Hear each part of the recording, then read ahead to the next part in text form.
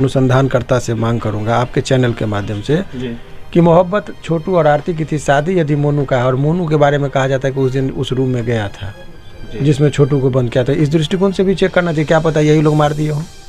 दे रही है दुनिया में एक अपना वो नाम बना ली। सर कितना गलत। मैं आपको एक चीज़ मैं बता दूं जी, हालांकि वो मैं ऑन कैमरा नहीं बोलना चाह रहा था। एक दृष्टिकोण ये डेवलप करता है, ट्रायंगल मोहब्बत होता है, ट्रायंगल, लव ट्रायंगल। हाँ, दो लड़का एक लड़की, तो एक लड़के का को उसका जो अलग होता है। तो मैं इस अनुसंधानकर्ता से मांग करूंगा आपके चैनल के माध्यम से कि मोहब्बत छोटू और आरती की थी, शादी यदि मोनू का है और मोनू के बारे में कहा जाता है कि उस दिन उस रूम में गया था जिसमें छोटू को बंद किया था, इस दृष्टिकोण से भी चेक करना चाहिए। क्या पता यही लोग मार दिए हो।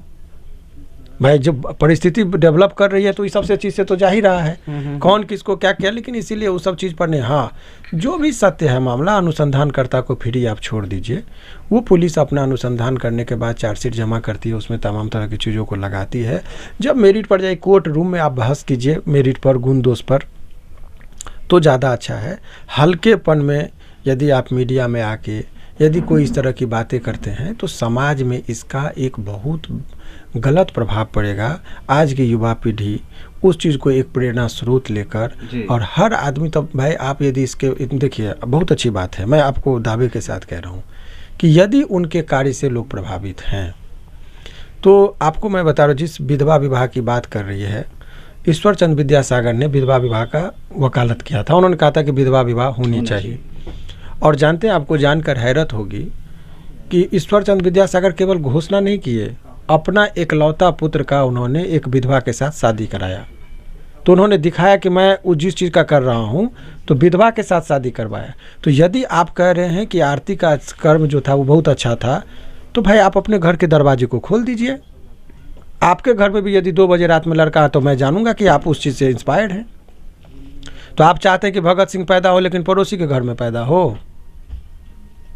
तो सवाल ये है कि आप कुछ कह रहे हैं, जो लोग इनकी तारीफ कर रहे हैं, तो मुझे लग रहा है कि यदि आप अपने घर के दरवाजे यदि उसके लिए खोलते हैं रात में कि ठीक है, हमारे जो आदमी कह रहे हैं, जिनको लग रहा है कि आरती बहुत अच्छा काम की है सामाजिक दृष्टिकोण से, तो आप अपने घर के दरवाजे को खोलिए रात को, और उस हर दरवाजे पर लिखे कि हमारे घर में हमारी सिस्टर और या कोई भी जो है बहू बेटियां अपने प्रेमी को रात में बुलाएंगे, हमारे घर में स्वागत है, और खिड़की पर, दीवार पर, गेट पर लिख दे, तो मैं आज के बाद आरती या इसके कृत्य के बारे में चर्चा करना छोड़ दूंगा। घोषणा मैंने ईश्वर चंद्र विद्यासागर से आपने तुलना किया, तो मैंने उसी उदाहरण में दिया कि ईश्वर चंद्र विद्यासागर ने विधवा विवाह का वकालत किया तो अपने ही बेटा का विधवा के साथ शादी किया। तो आज यदि आप आरती की बात कर रहे हैं कि आरती ने अच्छा काम किया, तो आप अपने दरवाजे को खोलिए, तब मुझे लगेगा कि आप में दम है। लेकिन बनावटी बात, एक नेता के तरह, माने वो प्रवक्ता की तरह आप बात को रख रहे हैं। फिल्मी दुनिया में जिस तरीके से होता है कि भाई वो माइक के सामने जाना है तो ये बात बोलना है, और आगे हमारे घर में ये बात करना है, तो ये नहीं चलेगी। दोहरी रूप नहीं, विचारधारा की लड़ाई अब है। यदि आपके विचारधारा में कि वो बिल्कुल सही है आरती, तो आप अपने घर के दरवाजे को खोलिए, उस पर लिखिए कि हमारे घर में हमारी बहू बेटी की जो प्रेमी है उनके लिए मैं रात में 2 बजे दरवाज़ा खोल के रखता हूँ, स्वागत है। यदि वो गेट पर लिखने को तैयार हो जाए तो आज से मैं उस पर आपको कोई भी प्रतिक्रिया देने में, मैं कभी आपके सामने घोषणा करूँ कि मैं प्रतिक्रिया देना बंद कर दूंगा। लेकिन 2-4 घर ऐसा दिखना चाहिए जो उसके समर्थक हैं वो लिख दे।